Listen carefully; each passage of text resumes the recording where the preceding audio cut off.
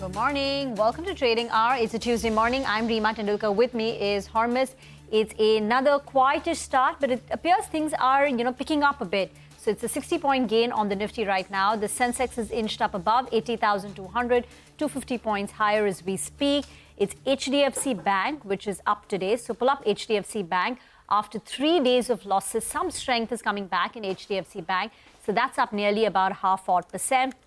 On the way down, Reliance Industries is under pressure. If you pull up a 2-week chart of Reliance Industries, you will see that the stock was doing very well. But today, some pressure. That's the today's chart, down about 0.5%. But in the last, fortnight or so, you've seen Reliance Industries come back into the party. But today, there is a bit of profit booking. Other than that, ITC is the heavyweight, which is batting for the Bulls. Titan rebounds. L&T is up over 1%. And Maruti Suzuki, that is the big stock of the day, 5.5% up at the day's high. Zooming ahead, if we can call it that. Zooming ahead, top gear. Top gear, absolutely. And that's the positive news flow as well on Maruti. Now almost heading towards 13,000, the top gainer on the Nifty, as Reema was just pointing out. But it's been the case for the two extremes, right? The two heavyweights. If HDFC Bank is up, Reliance is down, and vice versa. And these two are ensuring that the Nifty does not go anywhere from the levels that it is. If you look at the last 3 days, the price action of the last 3 days, the Nifty has moved only 20 points.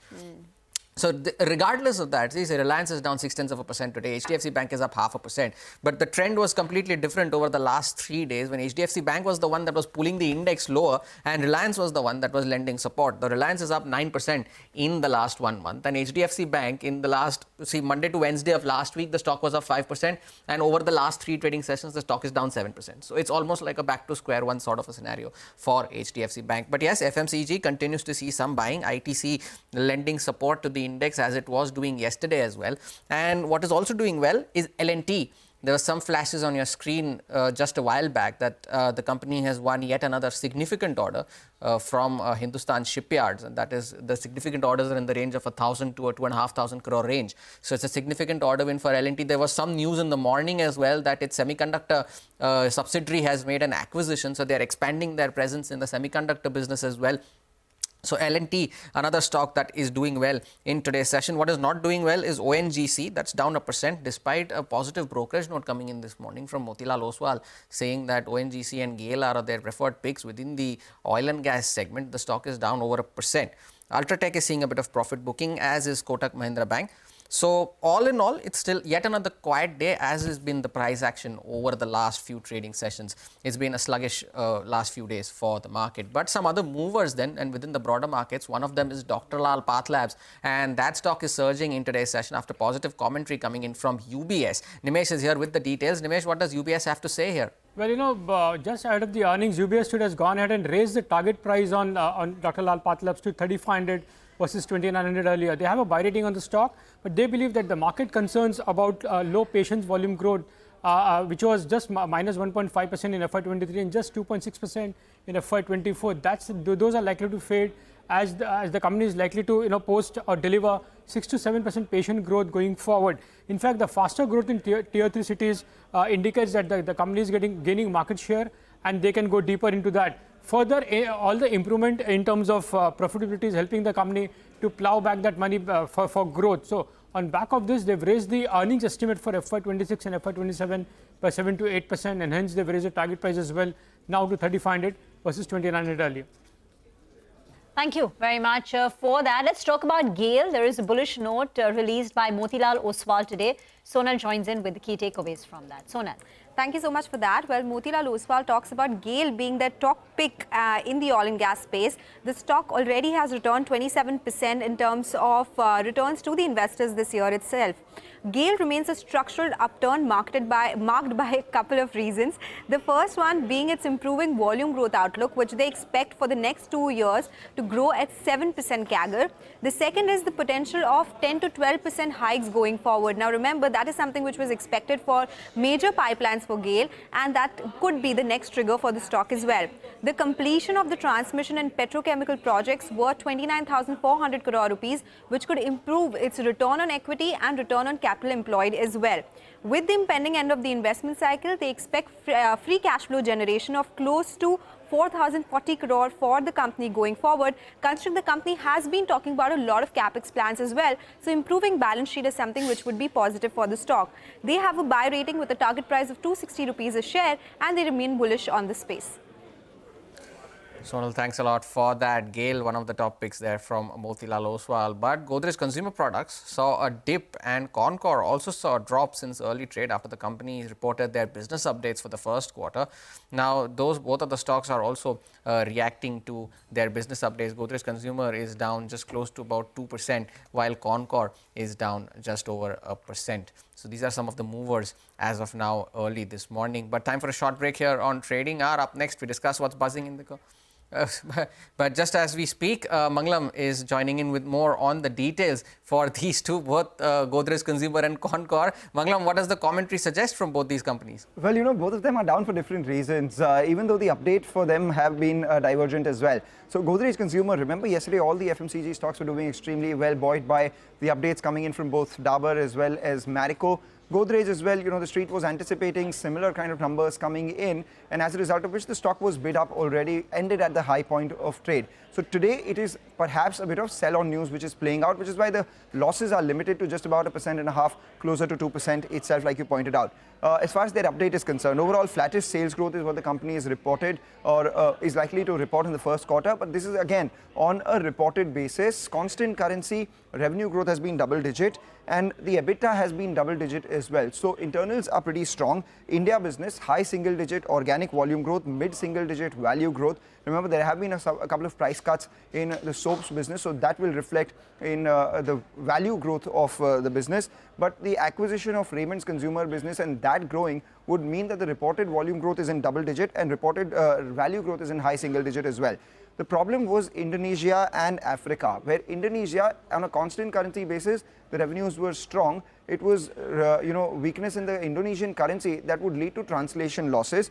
And Africa as well, the organic business is expected to see double-digit volume decline. That's because the company has been working towards changing things in Africa. So these are a couple of one-offs. By and large, good numbers coming in from Godrej Consumer, some bit of profit taking. For Container Corp, however, remember after the fourth quarter, the management had joined us here on CNBC-TV18, targeting 15% volume growth in the EXIM business and overall volume growth at around 18 to 20%. 1 quarter down the line, the EXIM volume growth is just 3.3%, domestic volume growth just 15%, telling you that the overall volume growth this time around has been 6%. Still early days into the year, but still a far cry from the guidance for the full year that the company has given, which is why maybe some bit of decline on Container Corp as well. Thank you very much for that. We will slip into a very short break. We'll come back and talk commodities. Manisha Gupta joins in on the other side. Stay tuned.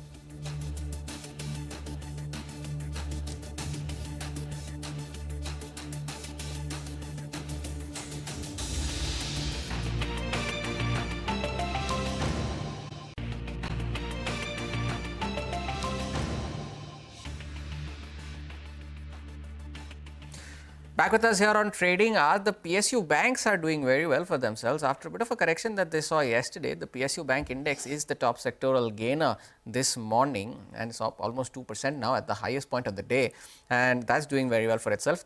The surge in Maruti is having a rub-off effect, of course, on the Nifty Auto Index as well. Now that index is up over 1%. And what is also doing well is FMCG stocks seeing some buying, but the broader markets are seeing some bit of range-bound action moving in line with how the Nifty is moving. The small cap index is up 0.5%. The mid cap index is up 0.25%, as is the Nifty as well. But some very interesting moves coming in the form of railway stocks, and they've been back, and how, in the last few days, Reema. And all of these stocks made a high this morning. RVNL made a record high today, crossed the mark of 600. It was up 620 was the high of the day, and since then it's down 11% from the highs of the day. So there was a block deal that took place in RVNL today. It took place yesterday as well. It was almost a similar quantum, around about 800 crores odd. So that was a block deal that took place in consecutive days for RVNL. So all of them, Ircon, IRFC, RITES, all of them made highs today and are down anywhere between 5 to 7% from the highs of the day. But then that comes on the back of the moves that we have seen in the last month or so. You see, RVNL is up almost 50% in the last 1 month, and most of that has come in the last few days. Ircon is up 15%, IRFC is up 25%, RITES is up 15% as well. So Railway stocks are the ones that are seeing some bit of choppy moves in today's session after a bit of a one-way move that we've seen over the last 1 month. Remember, they started off 2024 with a bang, if I can say that, because RVNL as a stock itself had gained 75% in the month of January itself. That along with IRFC, both of them were up 75% that month. And then they saw some bit of sideways movement. Now they are back in the reckoning. What is also back in the reckoning are shipbuilders. And for a stock, for stocks that double in a month, you're bound to see some bit of profit booking in these days. Mazagon Dock is off 5% from the highs, as is Cochin Shipyard. But look at the 1 month returns. Mazagon Dock is up 70%. Garden Reach has almost doubled in a month. Cochin Shipyard is also up nearly 50%. But Cochin Shipyard is up almost 300% year to date. So an underperformer in the last 1 month, but solid gains seen on a year-to-date basis. So the two themes that have been in focus right through last week and through most bits of this week as well, railways and shipbuilders, are the ones that we are paying attention to. But shifting focus now to the commodity space, Manisha Gupta is joining in, and today we are focusing on tea. Manisha, good morning. What's the latest on the tea?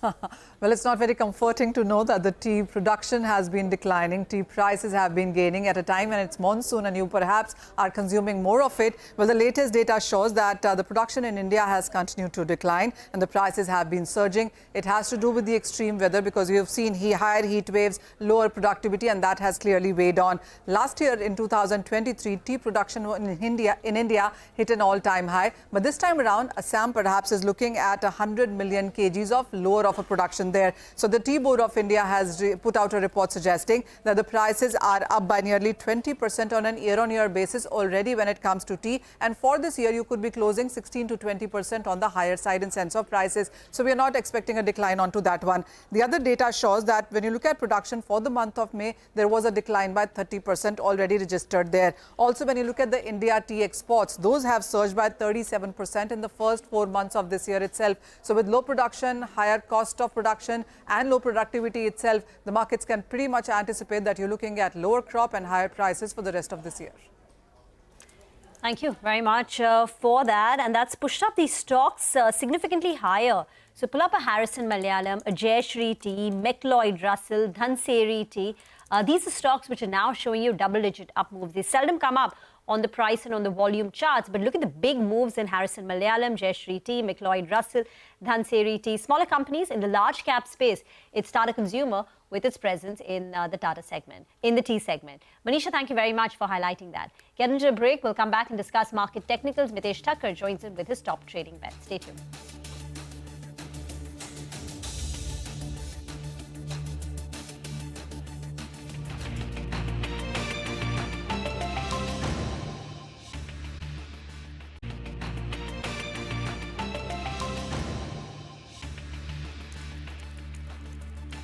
Welcome back. PSU Banks are rebounding. They were under pressure yesterday, but today the Nifty PSU Banking Index is up nearly 1.5% with names like 1.8% now at the day's high. IOB, Union Bank, Central Bank of India, Punjab and Sindh Bank. These are stocks showing you some very, very big gains. Another stock that I'd like to highlight is RateGain because that's up close to about 5%. The company has won a multi-year deal from Malaysian Airlines. Where they will be utilizing RateGain's intelligence. Remember, RateGain is a platform which caters to all the travel-related companies and helps them with intelligence. Like, what is the surge pricing? What are competitors doing right now? So that's the kind of intelligence RateGain provides all the travel-related, and it's been a big beneficiary of the travel boom. The size of the deal is not known, but it's a multi-year deal that they won from Malaysian Airways, and I understand that the airline segment is relatively new for RateGain and is growing well, and the stock is excited in trade, 4.5% up. Chemical stocks are also in focus. UBS has initiated coverage in a couple of them. Sonal is back with us to tell us more on the brokerage view on chemical industry. Sonal. Thank you for that. Well, UBS has not initiated coverage, but they are talking about their view on a couple of these names. For instance, they like PI Industries and Navin Fluorine from some of the chemical names. They have a buy rating on these two stocks, but they have a sell on Aarti Industries and Gujarat Fluorochemicals. Now, the big talking point has been how China has been adding capacities, how it has been exporting goods at lower prices, but now they say that the worst looks like it's over. Pressure from China capacity additions may have peaked and recovery is likely to be drawn out. Couple of reasons why they think so. First, stimulus policies in China is aiding margin expansion. It also means more consumption in their own country itself. Producers are reducing utilization to improve the supply-demand gap, which has been really huge so far in last 4 quarters. Capacity addition are seeing delays. That means there will be enough demand for the supply. Somewhat lower inventory over time, which would provide support. However, trade war escalation, that continues to be the big risk, where China has always seemed to benefit from that. But near-term demand remains weak. Cyclical upturn is seen from the end of 2024, something that most of the chemical companies have been talking about, that they see recovery only in the second half of FY25. But these chemical names have already started pricing that in, and we are seeing up move on a couple of these names. Okay, thank you very much for that. I just want to take the cue from Sonal and talk about another brokerage view, and this is Bernstein. Now, Bernstein is not talking about the traditional IT services companies, right? They are the generalized players, the TCSs, Infosys. They want to talk about the specialized companies, the ones which cater to a particular segment like auto. And they're saying that these specialized product companies, engineering R&D companies, are growing much faster than the traditional IT services company. So here they've initiated coverage on four key companies. Persistent and KPIT, where they're bullish. On Coforge, neutral rating. On Tata Elxsi, they have an underweight rating. I just want to pull up 2 stocks. One of them is KPIT Tech, where they have an outperform rating on the stock. And this is after the stock having given you a return of 585% in the last 3 years. The 52-week high, the all-time high of KPIT Tech is about 1,772. But Bernstein has put a target price of 2,120. They're saying the company is a dominant player in the auto services business with presence in electrification. So the entire move from ICE companies to EVs is aided by companies like KPIT Tech. This is a trend you can't stop.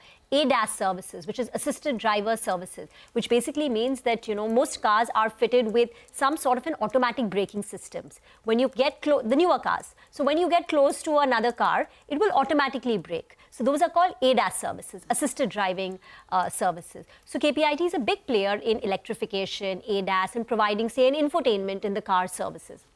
And it's done phenomenally well since its IPO. I think it's been giving a 50% kind of a return since its IPO in 2019. But on the other hand, Tata Elxsi. Now, Bernstein has a negative view on the stock, an underperform rating. Their target price is 6,030, which is a good 1,000 rupee lower than the current market price.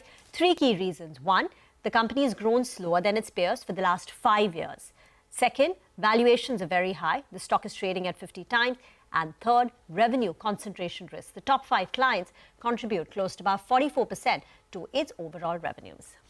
Persistent has been the outperformer on the IT index as well, right? And they're still bullish after the run-up that the stock has seen. So Bernstein is bullish on Persistent because this is a company which is growing faster than its peers.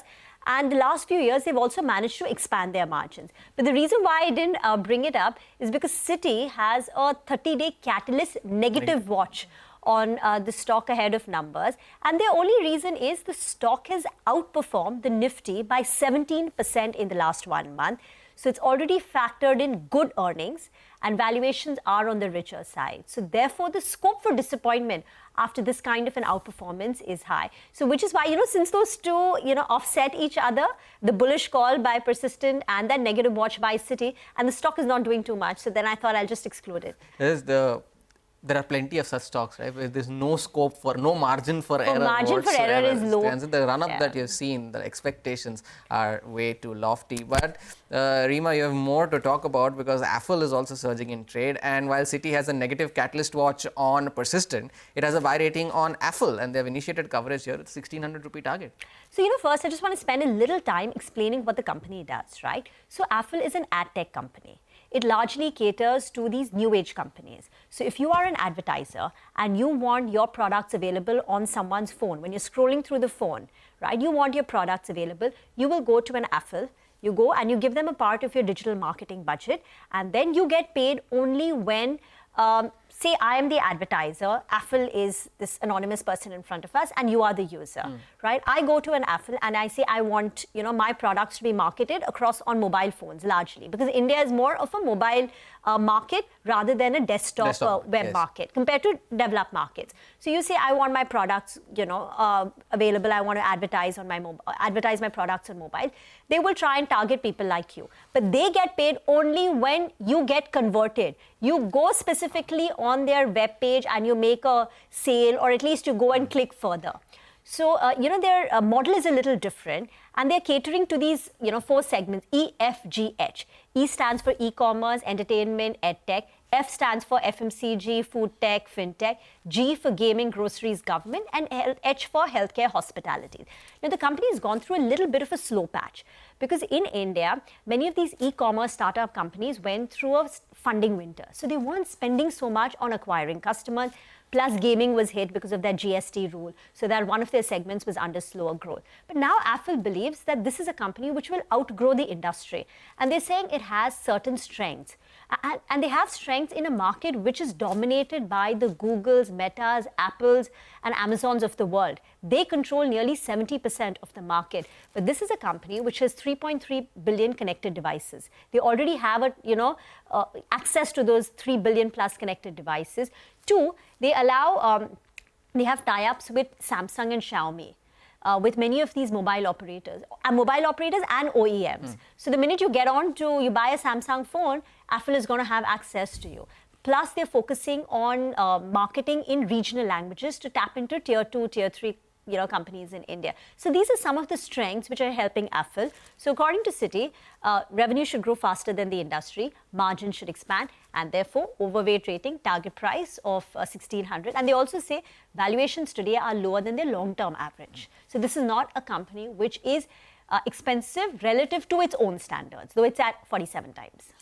Well, the A, B, C, D and the E, F, G, H of Affle India explained by Reema in this very detailed conversation. But there's Affle India. They're doing well for itself, 4% higher after this positive brokerage note. But good time to get in a quick technical check on the markets. Mitesh Thakkar is joining in now. Mitesh, good morning. It's been a bit of a sluggish price action on the Nifty, say, over the last 3 to 4 sessions. Is this, if we can say, the calm before the storm? Is it building up for form? Is it a base formation of sorts before it starts to move on the upside again ahead of a big event like the budget? Morning, Hormones. I think there is signs of consolidation, but I'm not sure whether this entire consolidation will last till the budget, because we still have about 2 weeks to go for the budget. So my initial understanding is that this looks like a consolidation for next 3 to 4 sessions, and that should be it. And then we might actually resume the uptrend in case we don't start breaking down during this sideways activity. So with that kind of view, I think I'll just suggest people to look at 24,100, 120 zones. If that is not being broken, trade with long bias, but then be stock specific, because what we have seen in the last few days is that as the market has taken some breather, there has been sectoral rotation, and I think that's the way it's playing out. Mitesh, then getting to your stock calls, what would you recommend? I have a buy on ITC. I think today is ITC which is leading the rally and looks still strong. So that's a buy with a stop at about 446 for target of 465. And India Cement post that news flow and that big rally. I think it went to high of around 300 plus and then has come back to about 272 to 275, which is the strong support area for the stock. The way the news flow is shaping up, I think today's low should be a good stop. So buy with that 272.5 as your stop loss and look for targets of 290. It's the 5th day of gains for ITC. So day after day, some of the other FMCG stocks are seeing consolidation. But ITC, pull up a 1-week chart, continuous strength coming through. Indeed, and one of the outperformers there in the FMCG space is ITC, coming back after a bit of sideways action through most parts of the year. They're 6.5% higher in the last 1 week is ITC. But Mitesh, thanks a lot for joining in, sharing with us your views on the index and your specific stocks as well, ITC and India Cements, the recommendations there from Mitesh. Time for a short break here on Trading Hour. But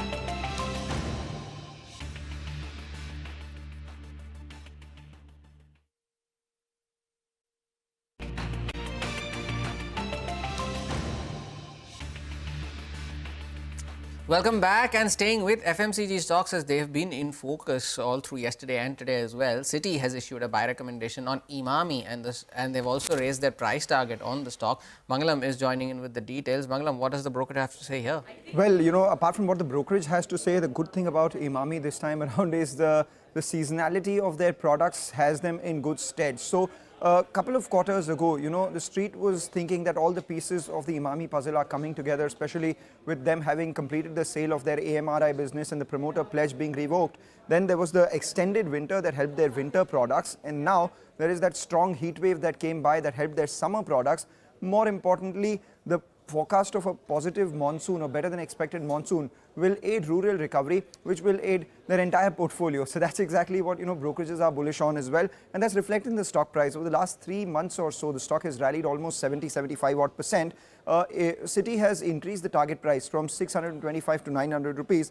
They see tailwinds in the form of one strong summer season, which would do well for their cooling oils business, and also the first full summer quarter of the acquired Dermicool business. So that would be a positive. Potentially above normal monsoons would drive uptick in demand, benefits their pain management portfolio and other parts of their business as well. But over the long term, they are you know, positive on some of these strategic initiatives that the company has taken. One, they've increased their sales and distribution reach, increasing sales at the existing network as well. They increased investments in tech and digital. Organized channels, which is modern trade, e-commerce, doing about 20% of revenue right now, is something that they're bullish on. New product launches and investments behind brands. So A&P spends as a percentage of sales in the industry are among the highest for Emami, and despite that, the EBITDA margins for Emami are also among the highest because their gross margins are extremely high. So all of these would yield positive results. About 6-7 months ago, the stock was trading at a multiple of 26 times 1 year forward earnings, which was a steep discount to all the other FMCG companies. After a 70% up move that we're seeing the stock trading at around 35-36 times, still a deep discount to all the other listed FMCG players. Thank you very much for that. We will move on now to CESC, that's buzzing in trade after its hike tariffs in Kolkata's circle by over 5%. Vivek joins in to tell us more. Vivek. Well, that's right. So the stock in focus today is CESC. Now, what's actually happened is that, remember, CESC for a long period of time has been requesting, CERC to go ahead and grant 2 approvals as far as hikes are concerned. Number 1 is the actual tariff hike as far as its own electricity is concerned, and number 2, the ability to go ahead and pass on the variable cost to its customers, given the fact that fuel charges have been quite high. So what's actually transpired as far as the month gone by is concerned is the fact that CESC, which is largely present in West Bengal and in the Calcutta circle, has gone ahead and levied a fuel adjustment charge. This fuel adjustment charge, the quantum is 40 paise per unit, which effectively translates to an effective tariff hike of 5.7%. IIFL has reacted to this particular development. They're saying that this particular hike should be good to cover CESC's incremental fuel costs and ensure complete cost recovery. Also saying that the accumulated regulatory assets stay at 3,000 to 3,500 crore and will be recovered gradually with regulatory approval.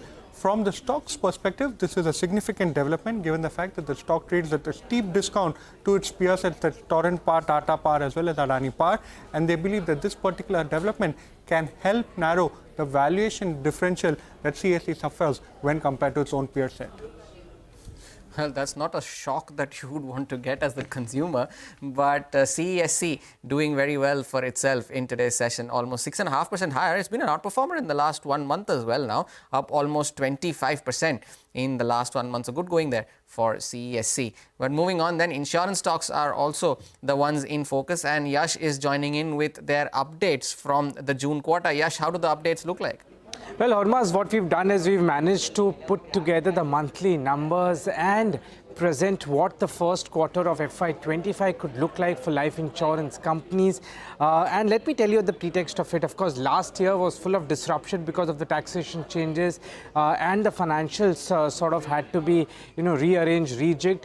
This year, at least the start of it, seems like all those troubles and the disruptions could be settling for good for these life insurance companies. I'll start with HDFC Life Insurance. For the first quarter, the new business premium for HDFC Life Insurance could see a growth of 11%, could come in at about 6,500 crore rupees. The total annualized premium equivalent, or APE, could see a growth of 22%, and retail APE could see a growth of even higher, that is about 30% in the first quarter of FY25.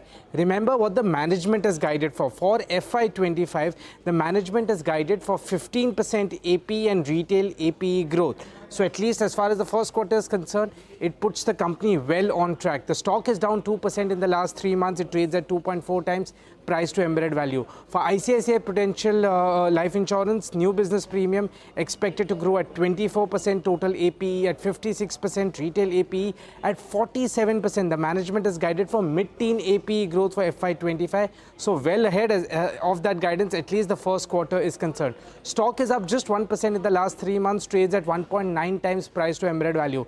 Max Life Insurance, new business premium expected to grow at 12%, total APE at 19%, retail APE at 27%.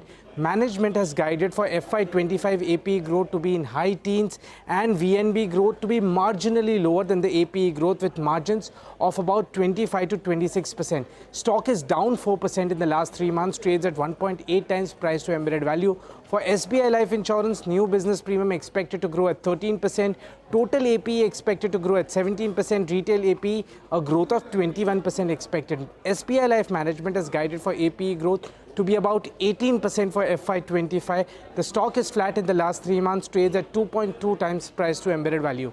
Finally, Life Insurance Corporation, new business premium, that is expected to grow at 25%, total APE expected to grow at 31%, retail APE expected at 19% growth. The management has guided for FY25 APE growth to be about more than 15%, VNB growth 300 basis points higher than the APE growth, margins of about 19 to 20%. The stock is up 2% in the last 3 months, trades at 0.9 times price to embedded value. So first quarter puts all these life insurance companies well on track, some of them ahead of the estimates for the full year FY25, and the stocks haven't done much in the last 3 months. Thank you very much for that. We'll get into a break. We'll come back and discuss market fundamentals. Chirag Mehta from Quantum AMC joins in on the other side.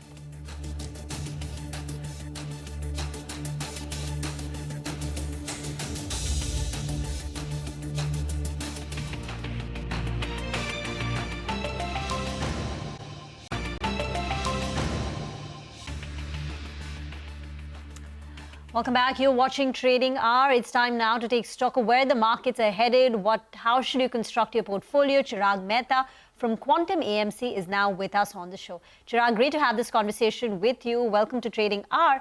Wanted to first talk about the auto sector. Today, of course, Maruti is higher in trade. But in your latest note that you've shared, you've indicated that you've paired some of your positions in auto names in the month of June. Why is that? What is it that you expect from the autos? And in autos, break it up, right? There's two-wheelers. In the entry level, there is going to be increased competition with Bajaj Auto CNG launch. There is this Maruti news. So tell us what you expect for the various segments. Sure, Rima. Thank you for having me, firstly. And within the auto, what we are seeing is, there are strong tailwinds for the sector overall. So growth is there. But what's happening is valuations have run up so much. We have seen a good rally in many of these stocks. And given the rally and some normalization expected going forward, because if you look at from a demand standpoint, what we have seen is more like a replacement demand kicking in rather than the new demand being driven because of more spending happening. So rural is still struggling. Probably budget will address some of the issues that we see in the rural areas. And even if there is some growth that is expected because of the budget, much of it is already priced in the stock markets. So overall, there is growth, there is tailwinds for that sector. The sector is doing well. We do like that sector from a growth standpoint. But certain names where we have seen a big run up in valuations because of stock markets running up, we have trimmed those positions to some extent. But overall, we too still like the auto and auto ancillary as a sector across our portfolios, be it the large cap portfolios or be it the small cap portfolios where we have more auto ancillaries in the portfolio. So we do continue to own many names in that space. But certain names where we thought that run up has been much more than justified by the valuations, there is where we have trimmed certain positions in that sector. Chirag, good morning. Thank you for joining in. I'm sure you must be speaking to hundreds of your clients who may be asking you where should one invest. I'll flip the question a little for you. There are sectors where you should not be at this point of time. You mentioned that you should be tempering return expectations because there are plenty of sectors that have rich valuations. Which are the sectors that one should avoid at this point of time? Because sectors are seeing stocks double in a month, you would always have that valuation concern, right? Which are such sectors? So certain sectors, it is easy to put a blanket out there and say that, these sectors need to be avoided, but the rally or the stock market positioning is getting more stock specific as opposed to a sectoral thematic that was going on for last year or so. So power as a sector or industrials as a sector has become expensive. Having said that, there are certain plays even within that which has great tailwinds, which has a great runway from a growth perspective, and valuations are still reasonable in those spaces. For example, when I say niche spaces, it's something like, for example, the smart meters in the space of industrials, where we still see some comfort, some runway for growth expected going forward as energy efficiency becomes a paramount need. We are seeing some great tailwinds for that sector. So certain sectors, as I said, industrials, power, etc., from a overall perspective, look pretty expensive from a valuation standpoint. However, there is growth support of it, but valuations have moved beyond what justified by the growth. And hence, those are areas where we are not venturing as much. So when cash comes to you, where are you deploying it, Chirag? So within these sectors, we still are comfortable with valuations in the financial space. So private banks is where we find some comfort on a valuation standpoint.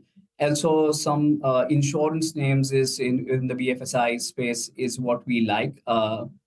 So those are the big areas where we are deploying cash. IT to some extent, we were buying all through, but now even there we have seen some run up from a valuation standpoint. Though we are not trimming anything there, we are holding on to our allocations in the IT sector. So predominantly, it is finding out more bottom-up ideas. Some spaces in the material space are looking still comfortable from a valuation standpoint, like what's happening in the cement sector. We are seeing some plays there which are looking attractive, which have not run up as much from a valuation standpoint, and hopefully growth will emerge as we see more activity from infra and building construction space. We will see some tailwinds coming for that sector as well. So overall, BFSI is where we find some comfort, followed by IT to some extent, and some niche plays or some bottom-up ideas in the material space is what we are looking at. Interesting. By the way, some flashes on your screen. Metropolis has shared its first quarter update, and they're saying that they are now debt free and now have a cash of around 140 crore on their books. The first quarter revenue up 13% on a year-on-year basis. The stock now surging to the highest point of the day at 2071 at Metropolis. Their True Wellness and bundling segment also now has become the fastest growing part of the company. So a healthy update there for the quarter for Metropolis. Now, Chirag, since we are on the subject of Metropolis, not the stock in particular, but this entire diagnostic space, that was the hotspot, right, during the COVID times, because they were surging, the testing was surging. But now with growth levels starting to normalize, there is still this bit of valuation discomfort because they still some of them are still trading at a premium to their historical averages. Do you find any valuation comfort within this diagnostic space? And if you can couple that up with the broader healthcare space as well, say the hospitals or the drug makers as well. So yes, in the diagnostic space, of course, there is a big runway on a long-term basis for growth.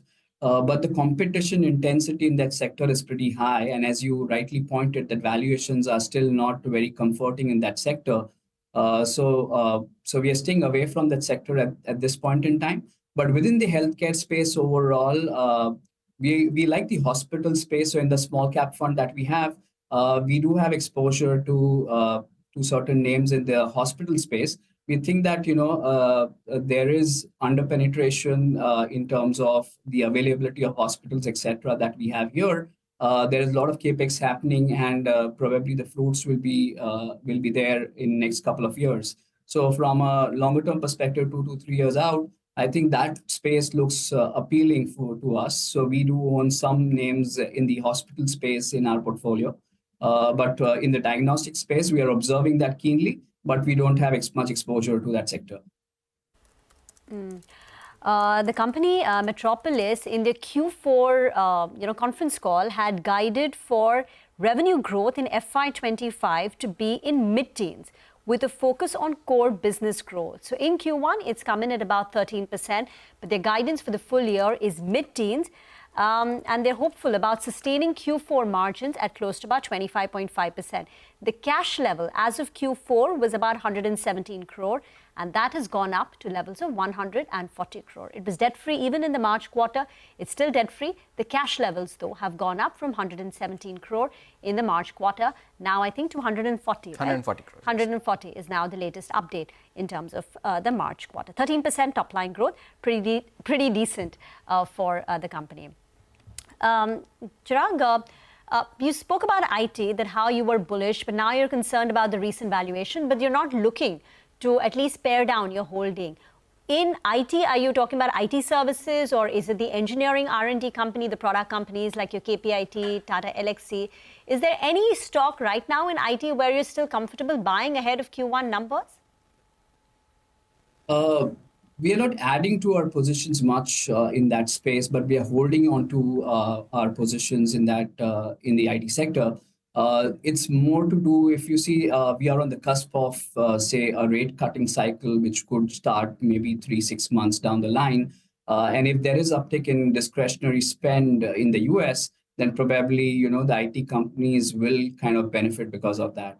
So, and the AI space, I think they were seen as headwinds, but we have seen time and again that these IT companies use any such technological changes to their advantage and gain more business. So we are hoping that IT companies will use that at our advantage. We are seeing training, etc., or skilling in that segment from the IT companies is picking up significantly. So we are holding in anticipation of more business coming or growth coming in the IT sector, maybe another 6 months, 1 year down the line. So we are hopeful for some growth. So we are observing that space. If there is a reason to add, we may add further. But at this point, we are staying put with our allocation in that sector.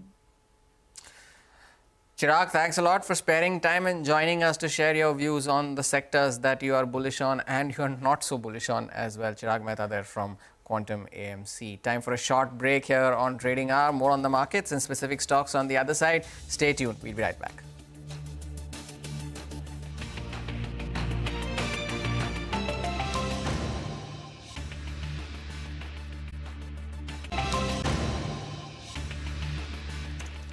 Back with us here on Trading Hour, and it's time for an exclusive. Sources are telling CNBC-TV18 that Aegis Wolpack Terminals, a subsidiary of logistics firm AIS Logistics, is looking to file its IPO DRHP soon. Yash is here to give us the details. Yash, tell us more. Well, that's correct, Horma. So this is a subsidiary, the terminal business subsidiary from AIS Logistics, and it's a large IPO which Aegis Wolpack Terminals is expected to file very, very soon. As per our sources, the DRHP, the draft red herring prospectus, could be filed with SEBI as soon as September end or in the first week of October itself. So pretty soon with the filing of DRHP.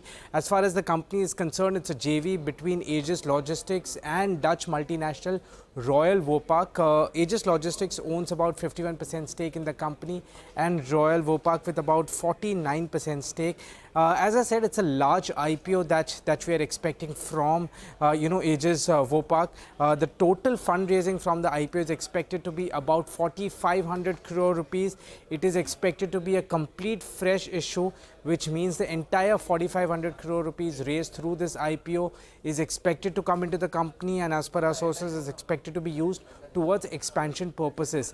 As far as valuation itself is concerned, as per our sources, the IPO could value Aegis Vopak terminals at about 35,000 to 37,500 crore rupees. As far as the business is concerned, the company operates a network of terminals located at 5 strategic ports in the country. It has a total terminal capacity of about 9.6 lakh cubic meters, and it is one of the largest independent tank storage companies for LPG and chemicals. As far as the financials are concerned, on a standalone basis, FY24 revenue that grew by 44% for the company. FY24 net profit came in at about 46.9 crore rupees versus 5 crore rupees. On a consolidated basis, the revenue from operations that grew at 59%.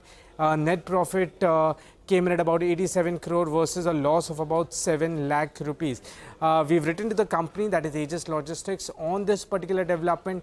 The company, to our query, has denied this particular story. Thank you, Yash, for that. With that, it's a wrap on Trading Hour from the entire team that put the show together. Thank you for watching.